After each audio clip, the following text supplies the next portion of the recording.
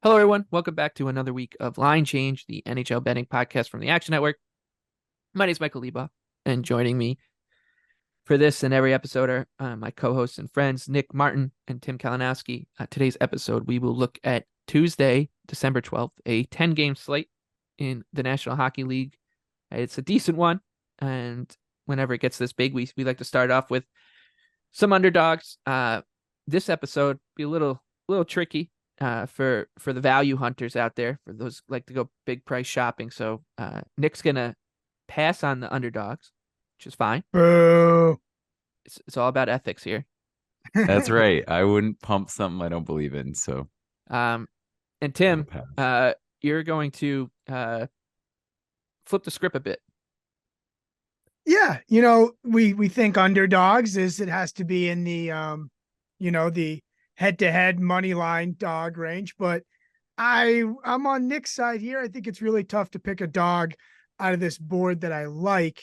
So instead, I'm going to kind of weasel my way in and out of it. And I'm going to go Carolina here three-way. It should be, I'm looking at plus 105 right now. So nothing that you'll be able to retire off of. But look, by the way, Carolina's playing Ottawa. They're a short favorite here in the minus 120 range. Carolina, they've been absolutely dreadful. They're on this Canadian swing here where they've lost 4 in a row. They can't get a win, especially they can't get a win in the country of Canada. Brendan Moore's been on these guys, players only meetings. You name it. They're pulling out all the stops to try and get a victory. I think Carolina has to be better than what they've shown. Do they have deficiencies? Absolutely. Are you excited to back them right now? Certainly not.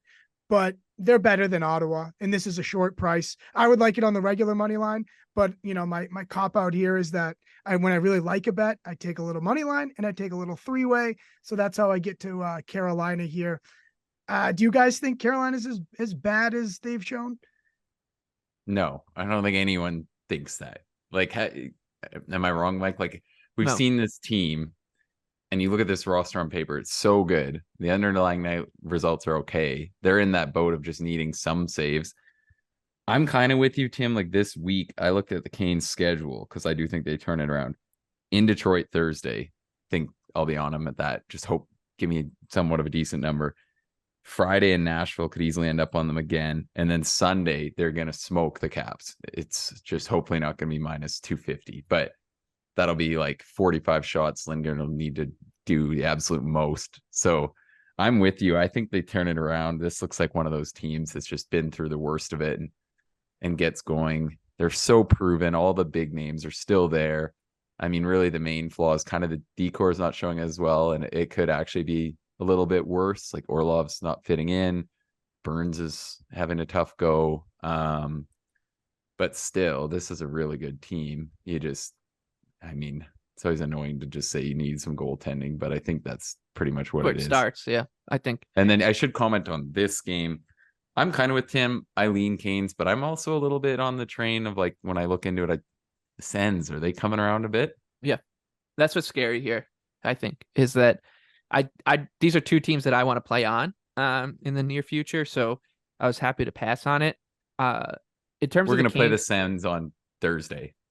I think will be a podcast wide play. They're in St. Louis, and I think that looks like one where I probably the Kachuk Bowl. Keith and Brady. Oh, Jesus. Enough of these siblings in the league. Yeah, shocker. There's siblings in the league. No, that's father son. Well, I know, yeah, but we're beautiful stuff.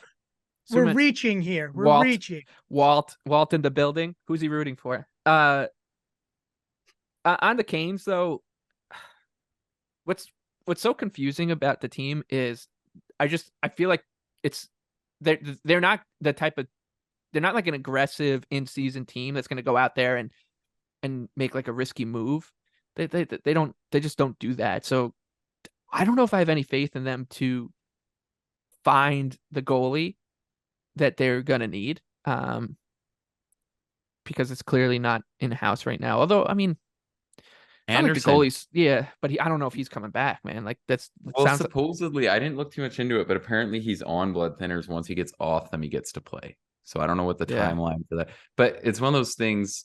that is like, what do you do anyways? Because Who's how out many there? goalies that you Yeah. could bring in are better than Anderson if he comes in and plays the way he's supposed to? That's the point. Like it would take some serious creativity, and like I just don't think of this team as that kind of. No, I don't think you're there yet. Like, Yeah, I don't know. It's but not in regardless, desperation. I do think they'll turn around. I also think that like he hasn't found the right mix this season, Brindamore, with Burns taking a step back, and like Jacob Slavin is just didn't get bad all of a sudden, right? He's clearly under a little bit too much pressure here, so he's got to find like the right mix here and mix things up a bit more. And So Tony D's Tony like D hasn't played in a month. So yeah,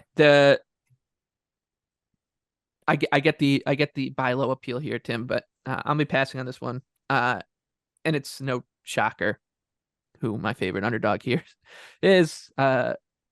Nick and I were on them Sunday night, was it, against the Vegas Golden Knights, the San Jose Sharks. Boy, did they give us our money's worth in that game. I was going to say, I went to bed, Mike. You don't go to bed during Sharks games. I called it a night. I'd had enough NHL. They are something else, man. man. We love this team. They're playing the Winnipeg Jets. They're hosting them at the Tank. Man, if ever a team deserved a welcome back brigade at an airport, it's the San Jose Sharks when they land in the Bay Area ahead of this game, because what an effort they gave on this crazy road trip. Almost come back against the Rangers, lose 6-5, do it against the Islanders, do it against the Red Wings, put up a great fight against the Golden Knights. What a brave team. And the Jets, the Jets have been playing really well. They've won a bunch of games in a row, but Kyle Connor gets hurt. Feels like a decent spot to sell high on a Winnipeg team that, even at their best, just aren't one that you'd expect to just like run away and hide from most teams. I mean, anyone can probably do it against a team like the Sharks on any given night, but at home at a big price and with the juices flowing, I don't think it's a bad time to get right back in on the Sharks here at around 2-1, Nick. Yeah, I was close. I thought this one was pretty fair. I'm not going to fade our Sharks, but they're getting a lot of credit. You look where the lines were the last couple home games. I still believe in the Jets too. That's the other part of it. And it's almost one of those spots too, maybe it gets their attention a little more when you're talking about something like Connor out of the picture, and now they're starting to gear up for that, and they don't want to, drop the points. They've got Velarde back too, which is huge. He's such a quietly important piece because of how effective he is defensively. So, I mean, the Connor loss hurts, but I still just feel like they kind of actually are like more equipped to deal with it, I think, than people are saying, even though he had been, contributing so much to the goal scoring. I still think the Jets are a good team. Just him out, I think they can cope. So I'm not going to go on. They're really good. They're a really good team. I just don't think that I'm afraid to bet against them here with a 2-1 underdog. Tim, anything on Sharks and Jets? Yeah, I'm really nervous about what Winnipeg's going to look like without Connor. And I think part of the reason I think we'd all agree that we think very highly of Winnipeg, but we don't have them in that tier 1 area. And part of it to me is they're super reliant on Connor offensively. I mean, guy is 102 shots this year. I mean, second on their team would be like 66 from Ehlers, which is kind of ridiculous. Leads the team in points at 28, goals 17.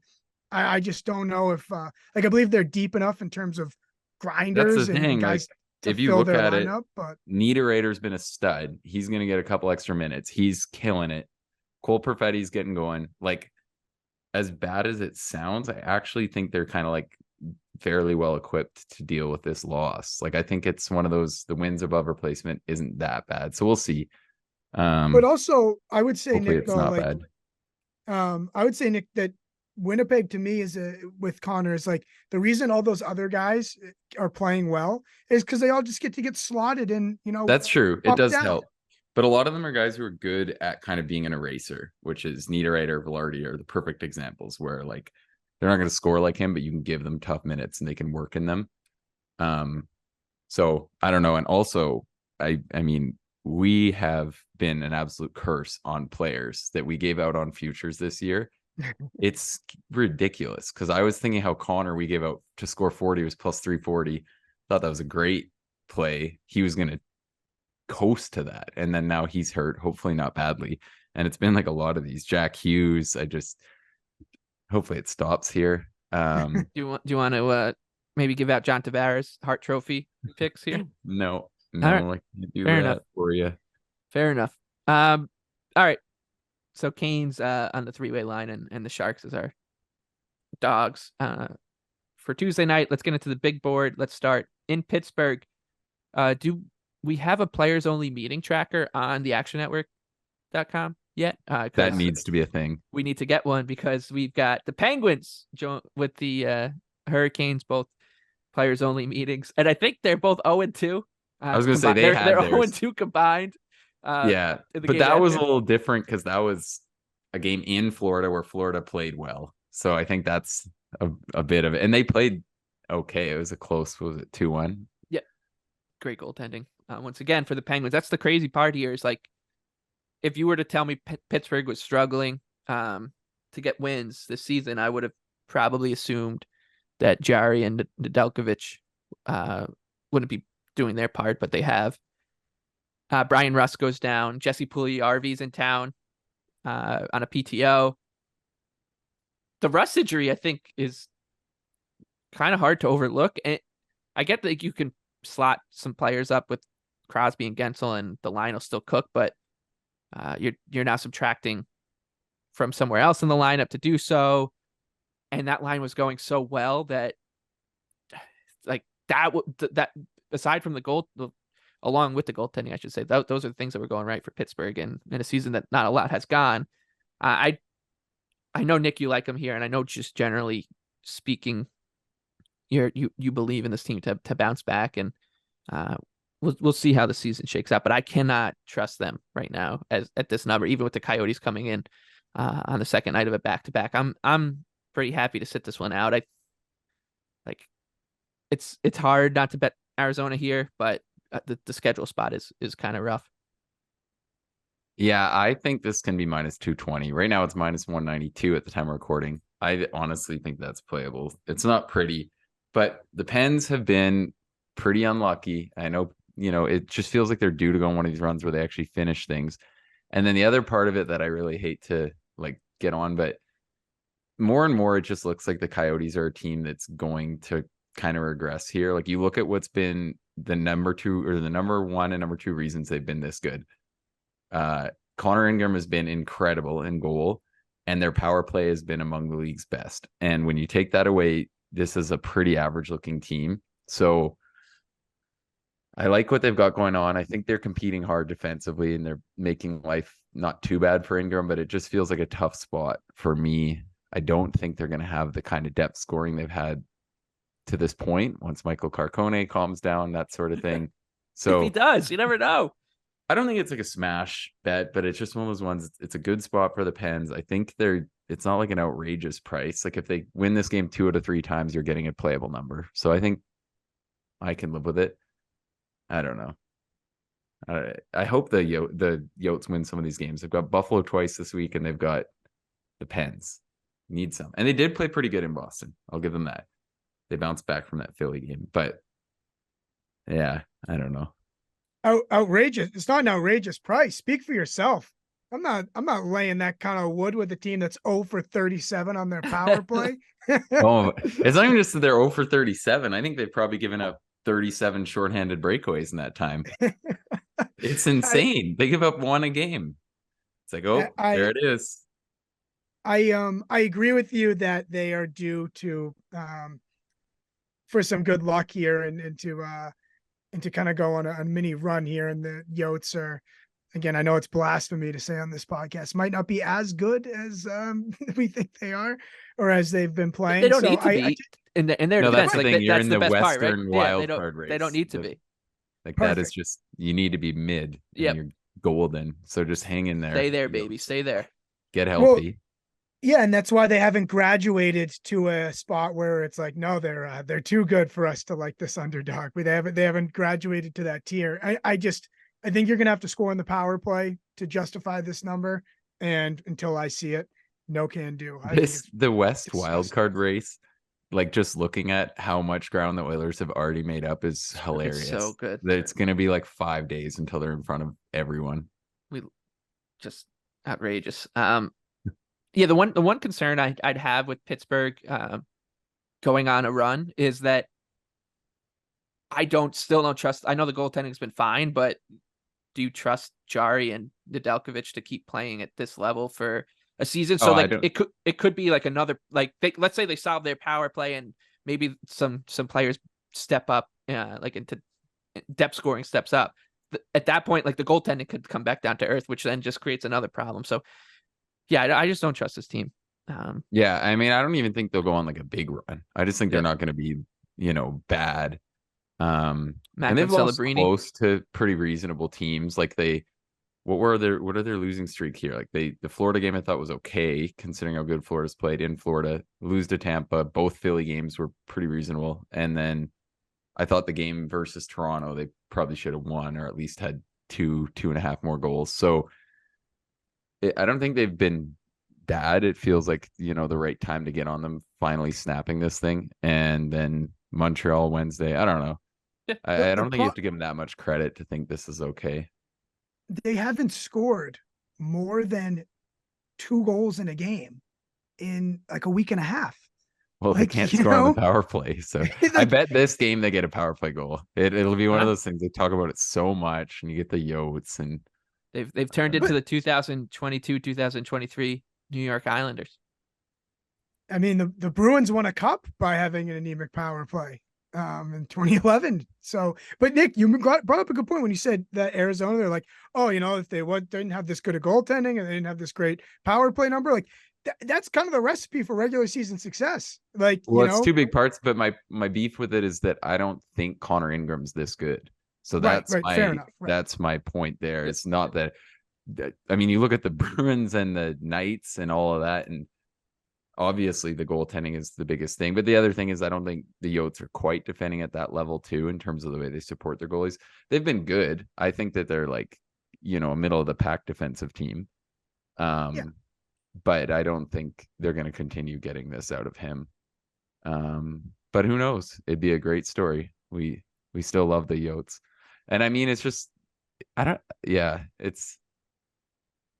it's close. It's one of those ones I'll feel like an idiot, but I think they'll pay it off. It's almost like less of a numbers play when I think about it. And we've been loving how these spots, Tim, where the number comes out and I think there's only one play. It's always going to move 30 cents. Those were just not working at all last week. It felt like that was just like a curse for the one team to come and just get crippled. So maybe it's the opposite that pays off this time. All right, on to the Blackhawks and Edmonton Oilers next. As you can imagine, this line is quite wide. Chicago plus 320, Edmonton minus 410, and a total 6.5. The Oilers just absolutely surging. Wouldn't you know that Connor McDavid getting healthy has helped this team quite a bit. Goaltending's been better. This feels like a game where you can maybe build something fun without having to play a side, Nick. Like, here we go again. The Blackhawks can't defend. The Oilers can. The Oilers obviously can run it up.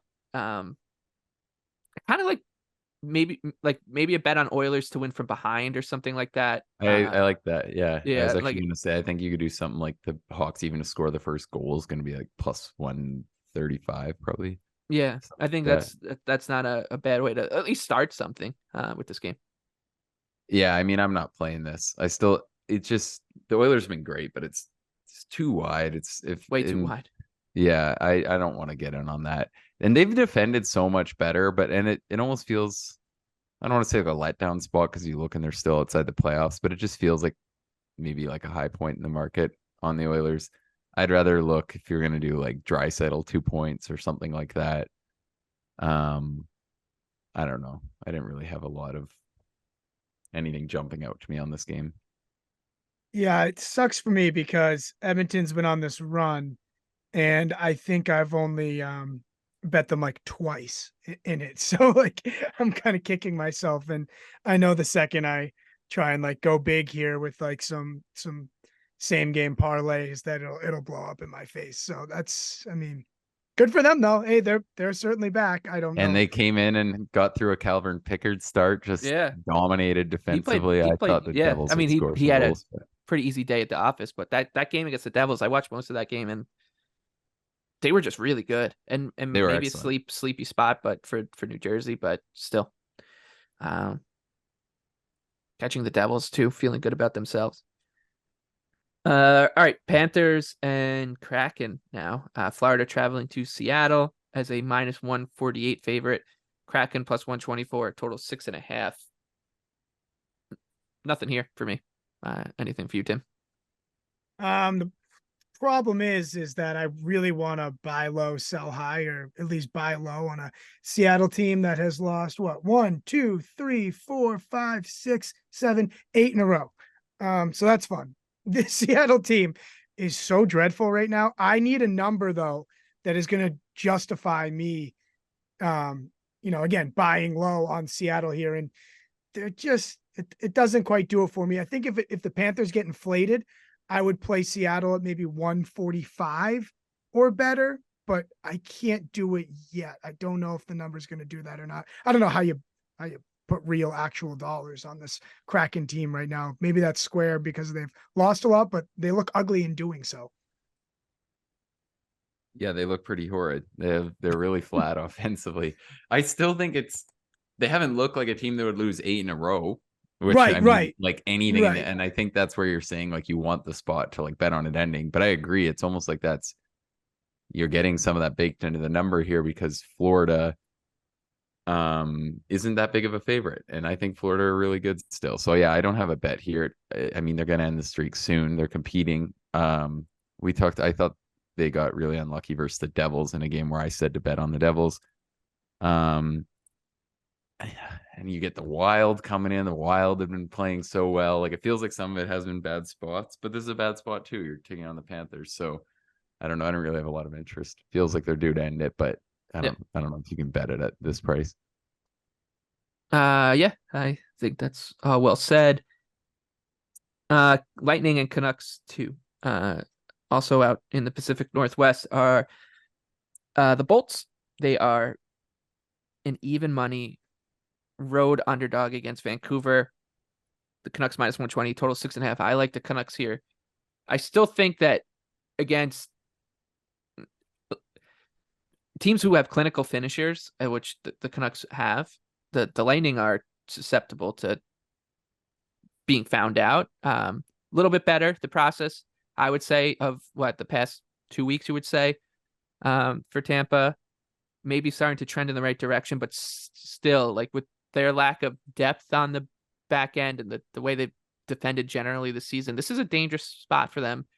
Only -120 on the Canucks, who, back down to earth and all that, but the ceiling is still quite high for this team, especially with the goaltending. So I'll go with Vancouver here as a short home dog. It feels maybe a little trappy, but I like Vancouver. Nick? Yeah, I'm leaning with the Lightning. I think these are actually, I don't know, like I still view these teams pretty closely right now. And now that the money's pouring in on the Canucks, I actually think I might end up getting on the Lightning here. I think it's not a bad price. And they have Stamkos day to day and Hedman day to day, which is another interesting factor in terms of like where does the market go? Because if it got really wide based off that, I might be willing to try the Bolts. Tim? Yeah, I need Vasilevsky though. That's I mean he's projected, but I need Vasilevsky. I can't play Jonas anymore. Can't be done. No. He did his thing. He did his thing. Hey, and it was to the like bitter end that it started to get hard to watch. But like I'm still a believer in the Lightning to be scrappy enough to be, well in the playoff picture, in my opinion. I still just believe in them. I think that you roll out the pucks on a given night, that there's no reason that they can't be in like a Toronto situation where I feel like I compare a lot of teams to Toronto, but like Toronto's like the perfect regular season team. They just like get it done. And we know that they're not like necessarily built to go to the Eastern Conference Finals, but Like, there's no reason that, your stars and they have enough firepower that I just like still betting. Well, them they're against they're like the Chicago. Oilers right now. You look at like a Yeah. power play that scores 30% of the time. They have Right. one guy who gets like 2.5 points a game, and then everyone else just has to just hang in, be alive. Yeah, like, and that's a keep showing up. regular But season formula that like should is still okay. So that's why I kind of, and I'm not a big believer in Vancouver, but I've had a hard time with them all year. So need Vasilevsky and plus money, and I'd probably play it. Okay. I have a prediction coming up for this next one. And I was on fire with these predictions what did I say last week about the Sharks? Nobody can run away from the Sharks. They erased 4-goal deficit against the Red Wings. Can run away. And what did I say about the Kings? When was their first road loss coming? Said on Saturday night on the island. That happened. And this next prediction, it's tied to the bet I like in this game. So the Flames are plus 160 against the Golden Knights. Vegas going to be dealt at minus 192 at the time of recording, and a total of 6. I like Calgary. I'm also going to play Calgary to win in a shutout. I think that Dustin Wolf gets the start. He's heading towards that direction. Like, he's heading towards like just a really solid shut it down performance. I know it's unlikely, and it's like this isn't a plus EV bet, but it's just this is a more of a gut feel. It gives into why I like Calgary in the spot too. Is like I just trust him as a goalie, and I know that they are on a back-to-back, and it's a rough one because they're playing in Colorado the night before, so they're going to need him too. But he's looking so much better than I think people outside of Nick's home province there will give him credit for. And this is the kind of game where I could just see him pitching one, bailing out his team in a tough spot. So generally speaking, like the Flames, because their process always looks good, the results continue to lag behind it for the past couple seasons. But and in a game against the Knights where that it'll, the Knights tend to play closer to coin flips themselves. I don't know. I this is a gut feeling on Wolf, but a bet I actually like on Calgary on the money line, Nick. Yeah, I don't mind it. I think this is a really tough travel spot, though. Game in Colorado, and then you fly into Vegas. That's tough. But I agree fully on the Wolf thing. I think he's absolutely not a fade candidate. I'm seeing people list him as that. Seeing people talk about his -4 goals below expected or above expected entering the Devils game. And I really don't think he'd played very bad at all. He'd had a lot of tough ones. He hasn't had his team really play great in front of him. Of all his goals, like he's maybe lost the net a little easy on a few, but I still think he looks pretty good. Like, I can trust him. I'm not going to bet on him just like giving up goals and just softies that you can fade. This is a pretty tough spot. And I don't know, if you look at the Flames schedule right now, it's pretty hellacious coming up. There might be a good time to get on them when they get through this patch of Hurricanes, Devils, Avs, Knights, Wild, Lightning, Panthers, and then they get the Ducks. And then it opens up. That could be a good time to try to watch and get on the Flames here. But yeah. When's that, Nick? February? How long do we have to wait for that? Yeah, you got to wait. There's always the time for the Flames to get better, right? We're always saying it's coming soon. Yeah, they still might make the playoffs last season. They we're still hoping that they can. They just got to win some of these shootouts, and then they'll be in. I mean, I don't mind it. I think it'll be interesting to see where the market goes on this. They're plus 160 some places right now. I think if that got longer, I would agree, and maybe it will when people think about the spot. I think you will. I think you're getting a longer number, and I think that part of it is I think Colorado has blowout potential on Monday night with them losing 5-6. I think that you could get a real good performance from Colorado and then bounce back spot the following night. So, Leboff, I don't know if you've placed it yet, but I think you could wait. Yeah, no, I'm down to wait. It usually with spots like that, the travel, as Nick said, people wake up to it as we get closer to puck drop. All right, best bets now. Nick, you can kick us off here. I'll kick us off. I'm gonna co-sign yours right now, Mike, too, because I think these are both great. The Rangers are hosting the Leafs after the great John Tavares Bowl on Monday in a game that's gonna feature Martin Jones in almost all likelihood. So I just think this number is not long enough. Right now, it's minus 130. What I would recommend doing is trying to get on it as quick as possible. It's one of those things you always get that last surge once people fully commit to which goalie's going to be in, but it's pretty unlikely it'll be Samsonov. And that's a fairly tough spot. I mean, the Rangers too, they're such an annoying team to play in spots like this. They've got great special teams, good goaltending. At some point, I think Shesterkin stabilizes. They got absolutely pissed on by the Capitals on Saturday. Like, that was one of the worst team performances I think you can ever see. And I almost like that here because it's like, I know you want to cap every game in a nutshell, but I feel like you're only going to have one or however many performances like that in a month where you just clearly didn't show And they had up one at against the all. Senators too, like a couple games before that. Then and I mean, they're probably just not as good as their record, right? But I don't think you need to say they're as good as their record to think this number is pretty close when you're talking about Martin Jones playing a back-to-back. Like, that's a pretty favorable edge in New York where they've been pretty good. And then I think the other thing is too, the Leafs haven't been that good, right? Like, they've been strong. They played excellent versus Nashville in a game I really thought the Preds were live, but they haven't been excellent at all. They haven't been dominating. Their 5-on-5 numbers are pretty break even. They'd gotten incredible goaltending from Joseph Wall. Who knows if Sammy's going to continue to play at that level? I mean, I guess they don't even have Sammy here. And then they've done good at getting games to regulation, but none of this just looks like a team that I think is like going to pay off in this spot at like as a pretty close price. It almost just feels a little disrespectful to the Rangers. Like, if they don't deserve to be a bigger favorite than minus 130 when they're facing Martin Jones on a back-to-back, I don't really get it. So I don't love the Rangers, but I think it has to be done. I don't really feel this isn't like minus 155, and I think it's a good bet for sure. Yeah, it's a little wonky.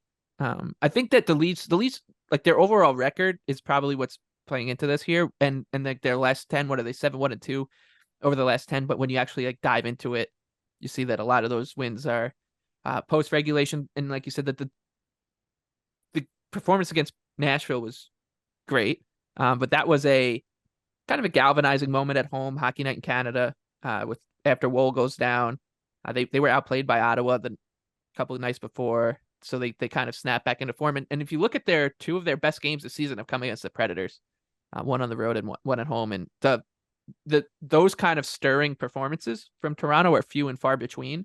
When last season and the season before that and before that, it was kind of the opposite, where you were like, okay, the Leafs are going to give you 3 really dominant performances, and then you got to find the one where they kind of lay an egg, and you can beat them that way. And now it's kind of like the script has been flipped. So yeah, the Rangers look good there. Tim, anything on here before we move on? Oh, yeah, Nick laid it out perfectly. I really like the Rangers here because someone needs to make Toronto pay for their parts and pieces on defense that they are putting out there. Their goaltending question marks. Like, the right team needs to make them pay. And I love that they're running into the Rangers here, who are totally capable of delivering on that. Like, I feel like too often I'm looking to fade the Leafs because of, like I said, we feel like they're not as strong as their record, and they run into teams that they are just more talented than, and that team can't really make them pay. New York can 100% make them pay. So I can't believe it's so cheap. I felt like I was missing something. So I'm glad you guys both validated. Yeah, it does almost feel too. that way. Like, if you look at it, the Rangers, they have the second best power play, the 8th best penalty kill, and then at special or at even strength, the numbers, like, Toronto's break even at even strength for a 10-game sample. So when you talk about a back-to-back spot, and then they've got to defend in front of Martin Jones, I don't really see what I'm missing here either. I think this has got to get wider. Yeah, Rangers catch a break, huh? With the Islanders playing the Leafs on Monday night, and they get the Jones start. Well, maybe if all you Islanders fans weren't, such psychopaths, the game on Monday wouldn't be like the most. It is the dad strip in history. It is the dad strip for the Leafs too. I didn't factor in the dad Monday strip. night, John Tavares, his dad gets to get booed on Long Island. We got to get Evan Abrams on the dad's trip records. Why would they do that? Why would they do that? Oh, it's so good. Okay. My best bet, Nick, as he said, he co-signed it, so feels good. The Wings are traveling to St. Louis as a plus 105 underdog. The Blues minus 125 at the moment. Total 6.5. I like St. Louis here. I think that there's still room to bet them too if this line moves. This is a brutal spot for Detroit on Tuesday night. It's a back-to-back. They're going to be without Dylan Larkin for a considerable amount of time after his kind of freak collision against the Senators. David Perron likely to be suspended as well. They are in Dallas on Monday night. Now they travel to St. Louis. It's just a bad spot for the Red Wings are a better team than St. Louis. But when you factor in everything here, home ice for St. Louis, travel, Larkin and Perron out, this is a really ugly situation for Detroit. So yeah, I mean, you want to make up some motivational edges for Detroit, trying to win one for the Gipper kind of stuff and battle through adversity. Go right ahead. This is hockey. After all, that stuff happens. But when you look just purely at the numbers and situation, I think that it's got to be the Blues here, Nick. I fully agree. And I actually am not just because you never want to see anyone get hurt. But I actually wish Larkin was in this game and that none of that shit happened, because I thought this was going to be a good spot to get the Blues as an underdog. I'd rather have them as an underdog here than give some of this back, but I still think you're completely right. The Wings, they're that team that's, shot out the lights. We talk about it all the time. I think they're they're the top of the league in goals scored above expected. They've shot like 13% over the last month. I thought that the Sens were a live dog in that game. And granted, Detroit, they had like 9 forwards rolling, so it's pretty tough to play an NHL game like that. But I just think this Detroit team's a little overvalued right now. And the Blues, I mean, they've kind of been humiliated the last couple times out too. I don't think they're necessarily as bad. It just feels like the right time to buy into them taking advantage of this spot. So I like that. And it's not even like a Patrick Kane thing either. I actually thought he's been okay. He's been, not bad. He's in a tough spot. And that's the other thing, though. When you're short forwards, it gets even harder to manage the back-to-back. I know they got guys coming up that are somewhat competent, but it's not like you can just be like, hey, let's roll the hell out of these guys 2 nights in a row. That makes it even tougher. So we'll see. And yeah, I think you laid it out pretty well. It's just a tough spot. And I probably would have priced these teams closer than people might have expected if Larkin and Perron were in on a normal non-back-to-back spot anyways. So I think this is a good spot to get on the Blues. Down the middle. Yeah. Joe Veleno, Andrew Kopp, Michael Rasmussen, Austin Czarnik for the Red Wings right now. Tim? Yeah, and Comfer had been unreal. He was good. Yeah. Really good. The St. Louis being a slight favorite here was basically validated kind of the spot that we all had in mind here of that. And even though Nick, you were like, oh, I wish that Detroit was at full strength to get a better number. For me, it's like, maybe it's not an actual positive EV when you take the calculator out, but seeing St. Louis as a slight favorite, I was like, there's, Vegas is seeing what I'm seeing. St. Louis, has the edge here. And so for me, it's like, it's still only, minus 120. Like, it's not enough to scare me away. And in other words, it almost like validated what I was thinking. And I'm like, okay, gotcha. Still going to play St. Louis. Thank you very much. Okay.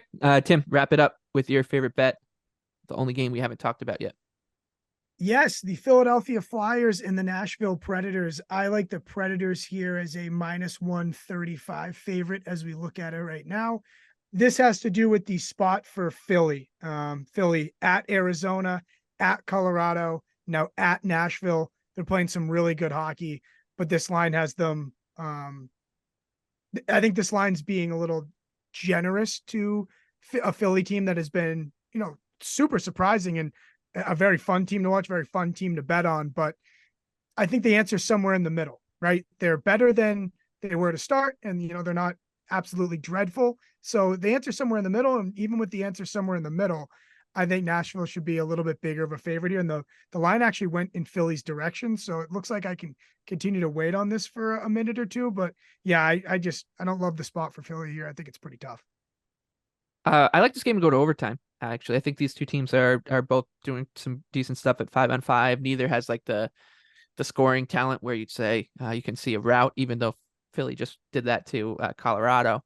The goaltending is strong on either side. So a lot of the right ingredients for a game to go past regulation for me. The Flyers, I should point out, 13-10 as an underdog this season.